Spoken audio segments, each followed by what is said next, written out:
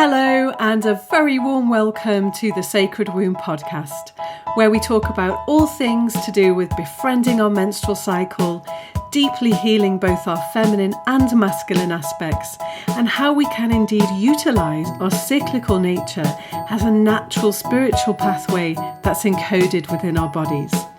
I'm your host, Melanie Swan, and you can also go to thesacredwomb.com for more information and loads of fantastic free resources. Hi ladies, and welcome back to the Sacred Womb podcast. This is episode 28, and I'm going to be talking about how I'm preparing for a juicy menopause at the age of 40. So I'll be sharing 4 aspects of what I'm doing to prepare me for that gateway, for that entrance into being my power. But before I do, I wanted to say a quick hello to all the people I've been connecting with on Instagram. How I went on Instagram a few months ago and I've been sharing a little bit about where I went on my holiday and just a few more personal things than I share on Facebook really. And I just thought I'd give it a go, and actually, I'm really enjoying it. I never thought I'd say that about a social media channel, but I really like it, and I've already connected with some really, really, really amazing women, one of which is on the podcast next week, and we're going to be talking about yoni delights. So for those of you I've already connected with, that's awesome, and thank you so much for your comments, and I've received private messages as well, and I really like that, and I respond to everyone. So it does actually help me in doing these podcasts and doing my work, because I get an idea of who I'm talking to. Otherwise it's me in my room just talking to the ethers, wondering where it's landing. But now I'm starting to know where this stuff is landing and how it's having an impact, and how you're implementing this stuff. So that's really, really useful for me. So if you're on Instagram, I encourage you to look me up. I'm on The Sacred Womb. And yeah, you'll get regular useful updates. I don't do spam. And send me a message. I'd love to hear from you. I know there's a woman listening in Denmark who lives in the woods, which I find very interesting. Another woman who contacted me, I can't actually know your names, your direct names properly, because of the Instagram handle isn't always the same as your name. So sorry if I'm not saying your name, but I'm not sure what it is. There's another woman in New York and another in Australia. And I really love how our modern world can really help me and help you facilitate lovely connections, so that we create this web all over the world of women who are lighting up and connecting with each other. And I really do see it as this matrix upon which our reality is built. So if you're not on Instagram, you can join the Sacred Womb private Facebook group as well, which is I think we're just about to 800 women in there now. So if you want to ask questions and share, or ask questions for me, just tag me and I will get back to you. So all right then, let's get on with today's podcast. And here it is, how I'm preparing for a juicy, powerful menopause at 40. So the first aspect I'm looking at is nutrition. The second is exercise. The third is working with my cycle. And the fourth is embracing the unknown. So I'm going to go through these now in order. And I believe these are like the foundational aspects of my life to look at. As you know, I know menopause is going to show me where I'm out of balance, in order that I can really become my power. Now, just to set a little bit of context, I can't find the poem actually that I feel like I know I've heard it somewhere, but it goes something like at menarche, a woman is initiated into her power. In a menstruating years, she experiences her power, and in menopause she becomes her power. It goes something like that, but I couldn't find the exact one. And, I have a soul's memory of menopause and also the information I get from spirit. And I'm not getting a massive amount, and I'm not getting a massive this, and this, because part of it is actually embracing the unknown and learning to work with that and sit with space and being pregnant with potential. And being able to fully birth new consciousness in a way that evolves our consciousness. I think, anyway, menopause for me is, the information I've got so far is there to help us grow rapidly so that we can really become who we truly are.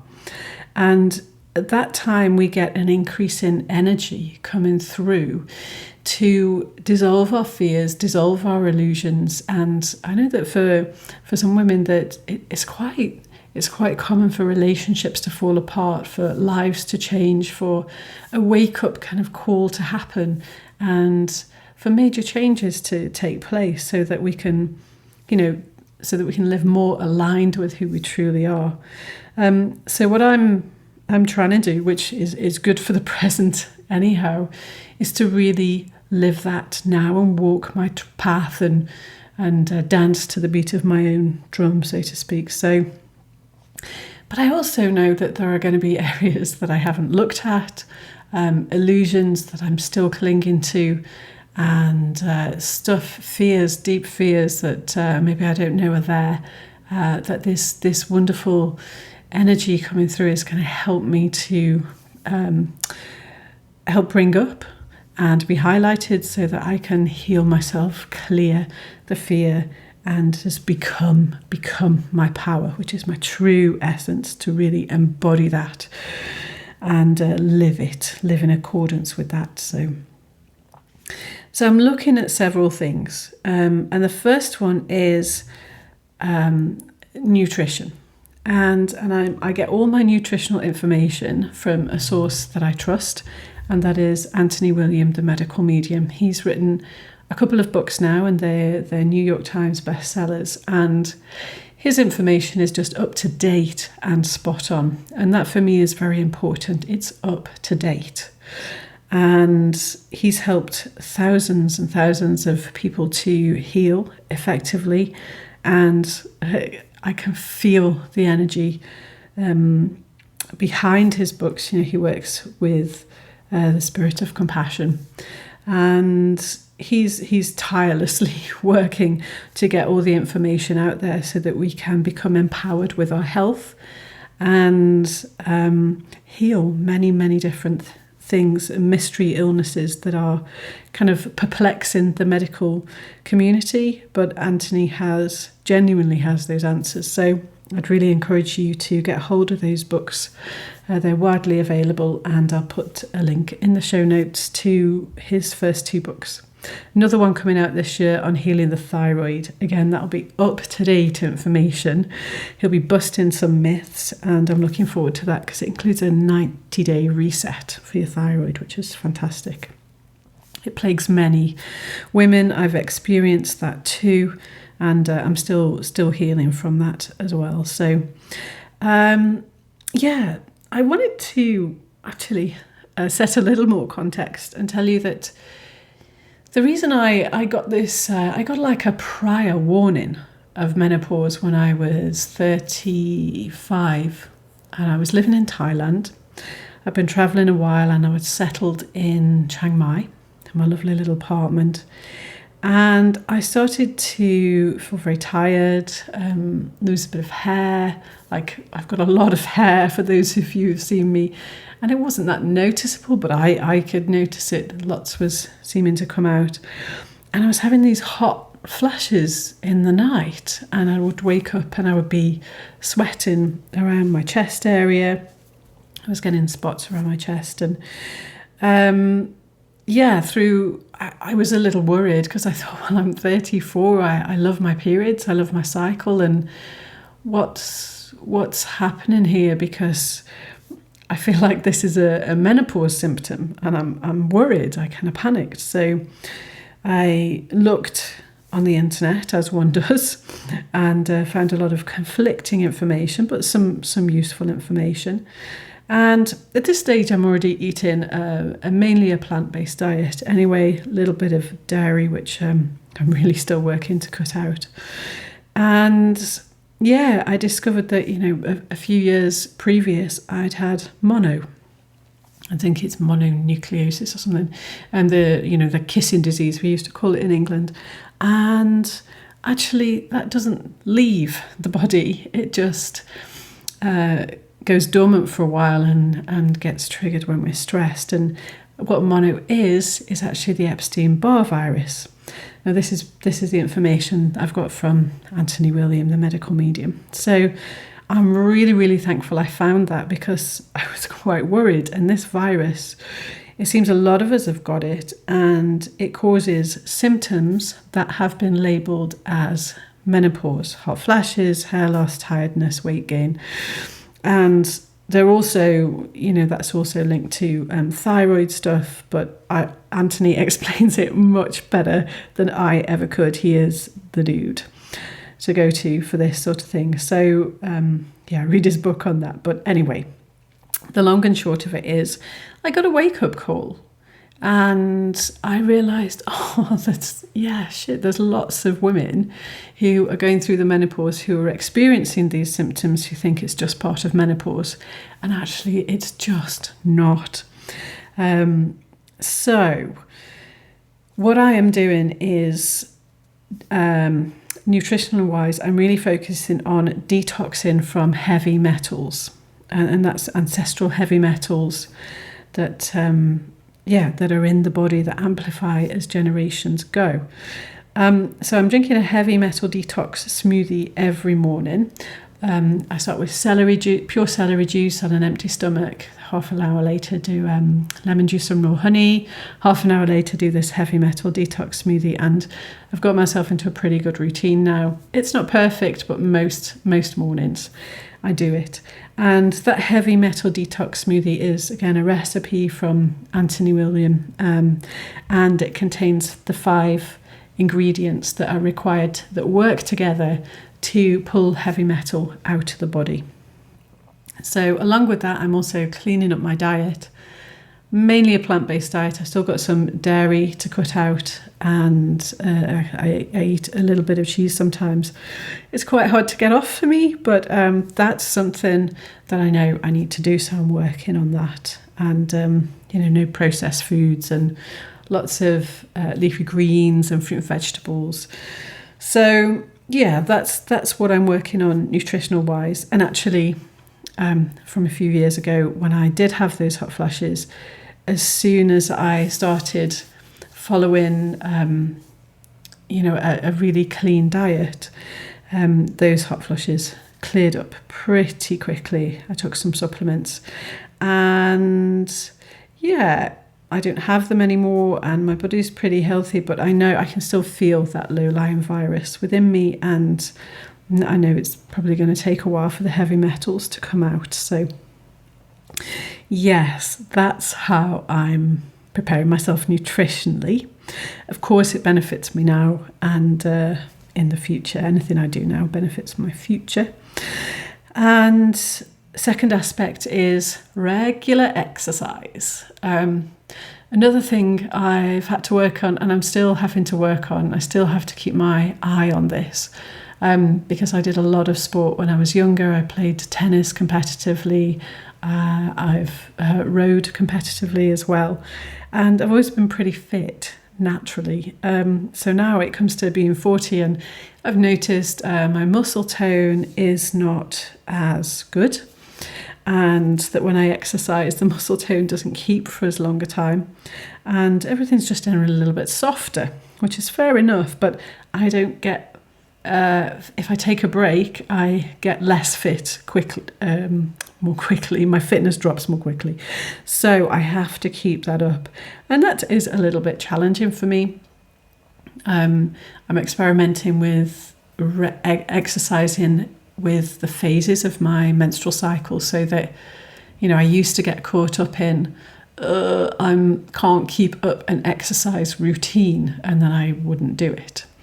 And now I'm moving much more towards, okay, I'm exercising in tune with the different phases of my cycle. So first half of the cycle, generally, I just feel a lot more energy to do stuff like cardio and more dynamic yoga and weights, not free weightlifting, but the machine weights at the gym, and more running. I'm more physically active and more up for that.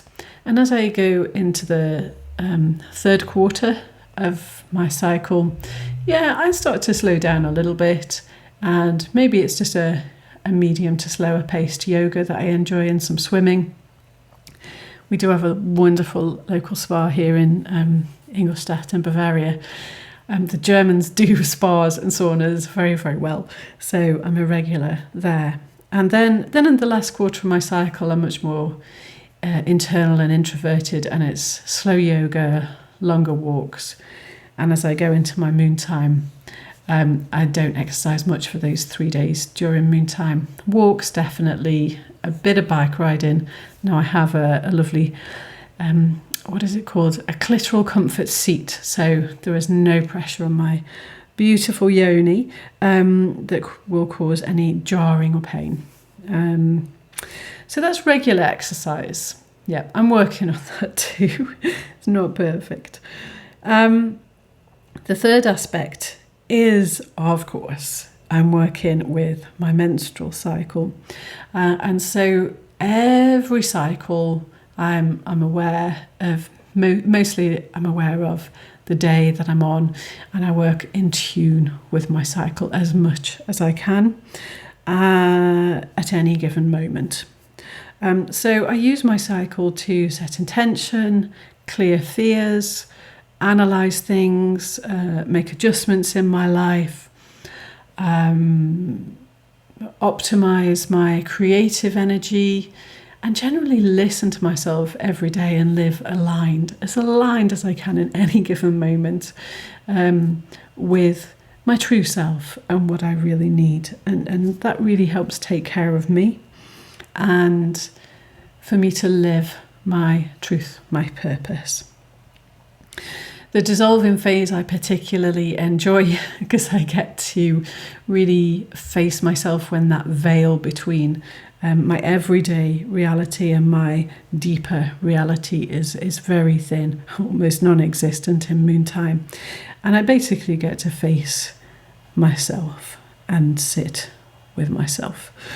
And that is something that's not promoted necessarily in our current culture, but it's something that moon time and our menstrual cycle can draw us into every cycle, clearing our fears, letting us shine, shedding skin, renewing, and coming out to meet the world from an authentic place. I know the more I do that, the more benefits I get, the more results I see in my life, the more my body, my heart, my womb, my yoni, my legs, everything softens, and the greater capacity I have to love. So yeah, that's what I'm doing. I'm working with my cycle. And the last aspect that I'm focusing on is to embrace the unknown. To really embrace the unknown. I was lying in bed one morning, just on the cusp of sleeping and waking, and Spirit said to me, the feminine is the unknown. And I felt down my bones, and I'm just trying my best to work with that. My menstrual cycle helps enormously. My cycle's my teacher. So, every time I think I've got a handle on, there are phases, there are general phases I go through, there are transition points. I generally know what I'm going to need at different phases and what I'm more in tune with. But my cycle always surprises me. And that's fantastic, because if I can really face that and embrace that, my life is still spontaneous. I get surprised And I feel wonderful when I'm surprised. I experience an expansive view of life. And the unknown is becoming, not always to me, but is becoming a source of power. Where if I can step into that and I feel to go in this direction, to do this, to do that, to follow my womb, to follow my heart, without knowing where it's going, then I always seem to do well. It's always a great experience. And I learn something and grow and expand. So as far as I can see, our menstrual cycle, or my menstrual cycle, should I say, is taking me deeper and deeper and deeper into myself every single cycle. And each cycle I feel like I get closer and closer to that null point, that point of just being. And as we go through the menopause, what I understand is that is the gateway to sitting with the void permanently. We get access through our menstrual cycle once a month. And of course, we have the whole of creation within us, so I can start to access those points at any point in my cycle. But there is a purpose to our cycle. And why does it end? Why does it start? Why do we go post? Why does our moon time stop?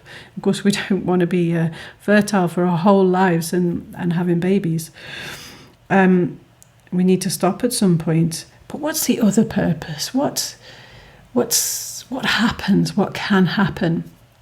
And I use taboos to point me towards my power. So as women, we generally have sexual taboos. It's regarded that the menopause, we dry up and become shriveled old ladies. Now that can happen. I have seen that happen. Like women just clock off at 65, wear beige and get one of those old women hairdos. Now, if that's what you want to do, that's really something you want to experience, that's fair enough. But I certainly think there's more to it than that. And menopausal women, postmenopausal women have been pretty shamed in our current culture for a long time and projected onto that we're kind of useless. And I really feel that's the opposite. That's when we become a power and we have the wisdom to be able to guide others. And to really birth new consciousness, because we haven't got so many attachments to who we are and what we are. And the gateway of the menopause will certainly, if we let it, because we can override it, if we let it and then we embrace it, it can just destroy our illusions in several fell swoops, because it does last a little while. So who knows what's coming? I don't know what's coming, but I know what can help me in the present and what is great preparation. So, okay, I've gone through my 4 points. I hope that was useful for you. As I said, the links to Anthony's books are in the show notes. Fantastic information and up to date, very important. Regular exercise, working with my cycle, and learning to sit with the unknown, learning to embrace that in everyday life. It's something I can do in everyday life. I'd love to hear from you. How are you dealing with menopause? How are you preparing with menopause? How did you deal with menopause? What was helpful for you? Do post in the Sacred Womb private Facebook group. I'd love to hear from you. Of course, connect with me on Instagram. All right then, one more thing I wanted to mention today. If you are enjoying these podcasts, and I think you are, the listenership seems to be going up and up and up to more and more countries, and you want to work deeper with this more regularly, then I set up the online Moon Lodge, and it's been running for a year now. And we meet on the full and the new or dark moons for a workshop, and regular medicine bundles are released in which we cover different topics to do with attuning with our cycle, healing our womb center, and using our cycle as a natural spiritual pathway encoded in within our bodies. So just check out the online moonlodge.com and all the details will be there. I would love to see you in there.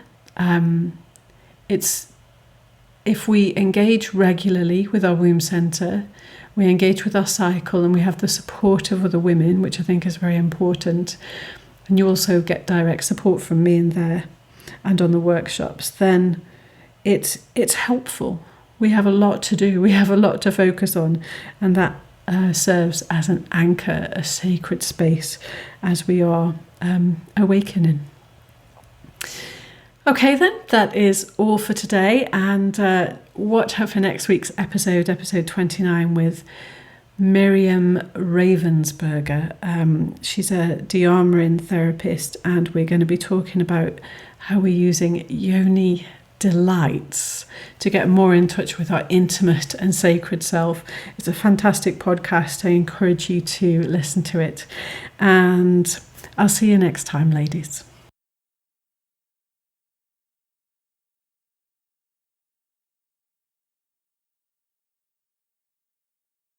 I really hope you enjoyed the podcast and that you got some useful tips out of it that can make a genuine difference in your daily life. And if you'd love to work deeper with this stuff, then do head on over to thesacredwomb.com, where you can sign up to receive the weekly newsletter and an invite to our private Facebook group, where you can share, learn and grow with like-minded women in a safe, supported space. Thank you so much for tuning in. Do leave us a rating, and your comments are very, very welcome. And I'll see you next time.